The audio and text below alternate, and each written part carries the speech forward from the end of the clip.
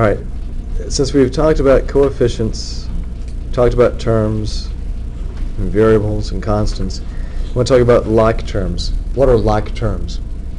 Things you can add. Things you can put together? Right. It's kind of hard to give a definition. It's one of those things where it's hard to describe, but I know it when I see it, right? They have to be the same when you're trying to combine them. What has to be the same when you try to combine them?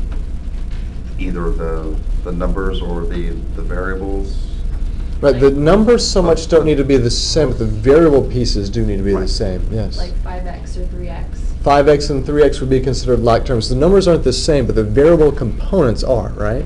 And that's really what we're looking for when we talk about like terms in this sense. We're talking about terms. These are terms that have identical variable parts. Terms that have identical variable parts. And when we talk about identical variable parts, what we really mean here is that they have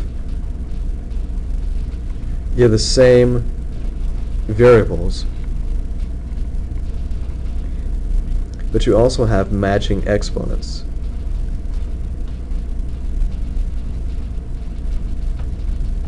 Same variables and the matching exponents. Otherwise, you can't combine these things. So, for example, if I were to say this, and this was the example that Mariah already gave us, you said 5x and 3x. You said these guys were like terms, right? Because if you were to focus on just the variable components here, they are both just x. Do you all agree? Mm-hmm. So these guys are like terms. Okay. What if I have negative 8 x squared y to the third and 10 x to the third y squared? Are these guys like terms? They're not? Why not? What do you mean the exponents? No, they both have 2 and 3. This got 2 and 3 as well. Not but the variables. What do you mean the variables? They both have x and y. What's the big deal? But they're different powers on each variable. Right, this says x squared, right? But does this say x squared? No. That says x to the third, so that's what makes them not like terms. The variable pieces have to be exactly the same. Exactly the same. But they're not. You have different factors of x and y. So these guys are not like terms. What if I have 9x to the fifth y and 5yx to the fifth? Are these guys like terms? I hear a few yeses. They're just not appearing in the same order. They don't appear in the same order. Now this is going to be the first time, but it definitely will not be the last time that I say the following. With multiplication that you see between each of these factors, multiplication, the order doesn't matter. Multiplication is an operation that gets to use both the commutative and the associative properties, which means the order doesn't matter. So I can easily take this guy right here and rewrite him to say 5, put the x to the fifth factor first, and then the factor of y. It's still the same factors in a slightly different order. But again, since it's multiplication, does that matter, the order? No. So when I'm looking here at the variable pieces, you see that yes, these guys are the same. Questions about that? Even in addition. Say Even again? in addition. What do you mean even As in far addition? as far as it making a difference, whether they're in the same. So are you saying like if I ask you to add these guys, Yeah. would the order matter? It wouldn't, but it's going to be up to you to say, do you say x to the fifth y or do you say yx to the fifth? But it might be better for you to go ahead and rewrite this guy to be 5x to the fifth y. So if I asked you to combine these through addition or subtraction, you can see clearly your answer will be something x to the fifth y. And this is actually kind of what we want to look at next. We want to look at combining like terms. So when we combine like terms, we're just going to do addition and subtraction with the like terms. Okay. So if I were to start off with a nice, easy example here, and I just say 7x plus 4y.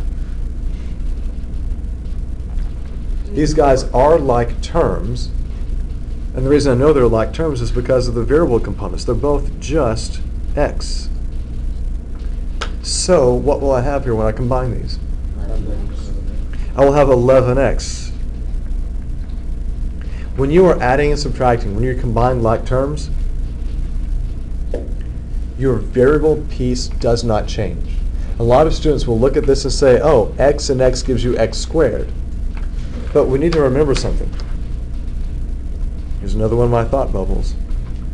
What does x squared mean? X times X. It means x times x, but was I multiplying two x's here? No. No. So there's nowhere for the x squared to rear its head. If you wanted to say anything, you could say this. 7x means that you have the sum of 7x's. That's what it means. So if I have 7x's here and 4x's here, how many do I have in the sum, in the total? I have 11x's. That's where that's coming from. Is everybody with me on that? Okay. You know what? It doesn't really matter what those exponents look like either. If I have 5x to the 23rd minus 12x to the 23rd, what's important here in terms of combining like terms is, do you have what? Like terms. Do your variable components match up? Do they? I have x to the 23rd. Is this still x to the 23rd? So what will I have altogether? Negative 7. And it's still x to the 23rd because I didn't do anything to the variable component. All I'm doing is combining them based on their coefficients. So 5 minus 12 is negative 7. Is everybody with me on that? All right? Let's keep on going.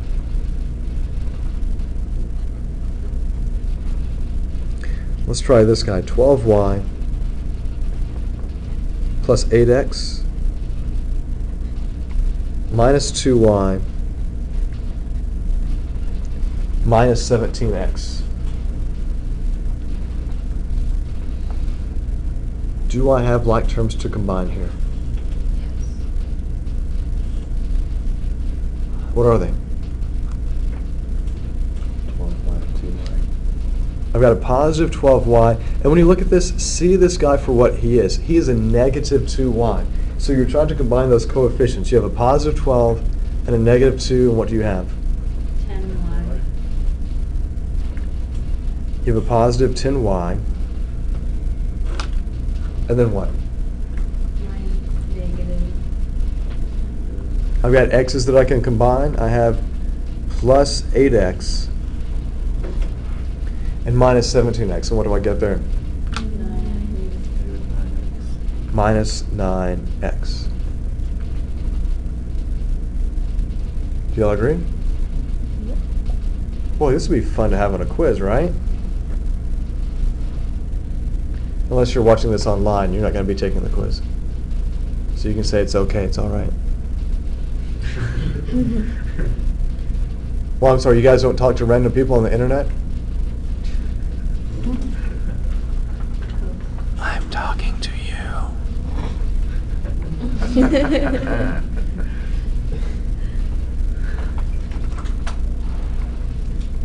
Listen to me. Obey my instructions.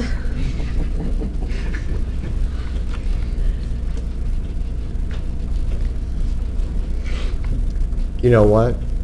If you go and you look into look in a bathroom mirror at midnight, and you say "Math Man 1024" 3 times, you'll pretty much look like an idiot.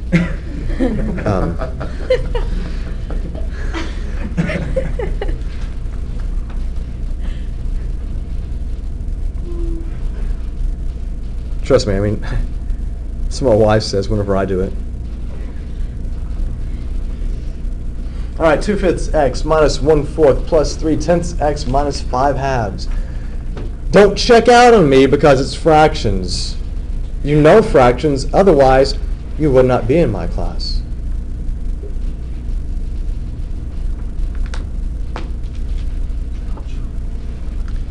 What do I need to do to combine like terms here?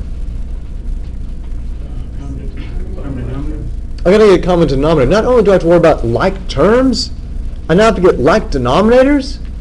Dude, what? Man, I'm like the worst instructor ever to give you guys fractions. All right, well, let's look at the x's, I guess. Do they have common denominator? Yeah, it's 10, but I need to get 10. This guy over here is fine. I need to help this guy. What is he missing? Times 2, bottom and top. Multiply the top and the bottom times 2, because what is 2 divided by 2? 4. 2 divided by 2? Oh, 2 divided by 2 is 1. Yeah, I can't edit that out of the video. 2 divided by 2 is 1, so basically multiplying times 1. Does that change anything? No, see, I'm going to go into the computer. I just multiplied all your grades times 1. See, now I'm your favorite teacher ever.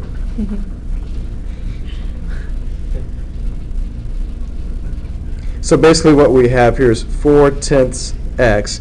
Let me rearrange this, because with addition, you can rearrange things, put things close together if you need to. So that's plus 3/10 x. So what does that equal?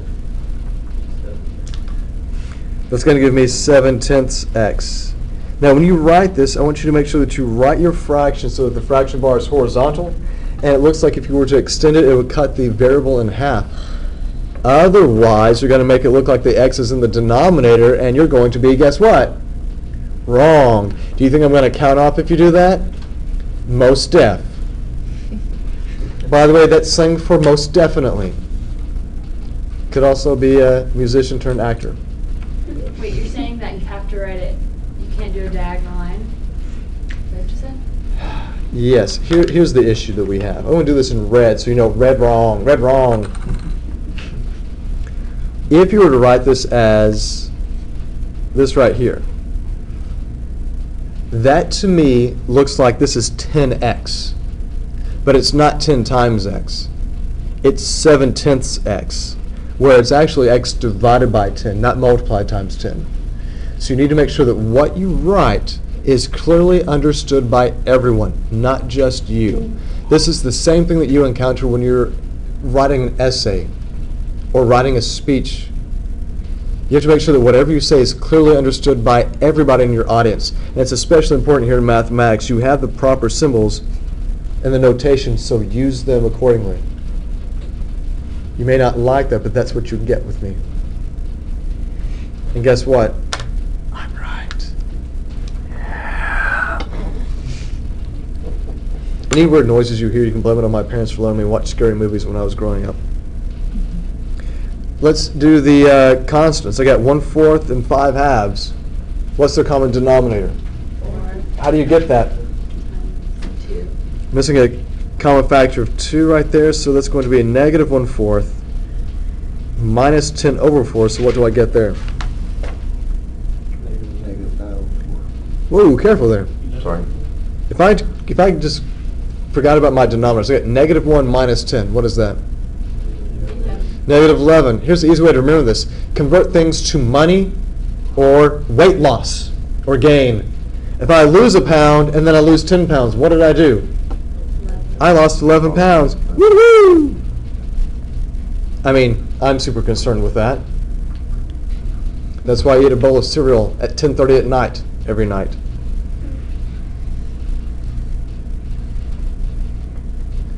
And those are our answers. Is there anything else I can do here? No. These fractions are already reduced. They're simplifying. What you're going to find out is that if you keep fractions in an improper form, that's okay. Improper fractions are all right. They're a lot easier to work with than if you were to convert them to decimals or mixed numbers.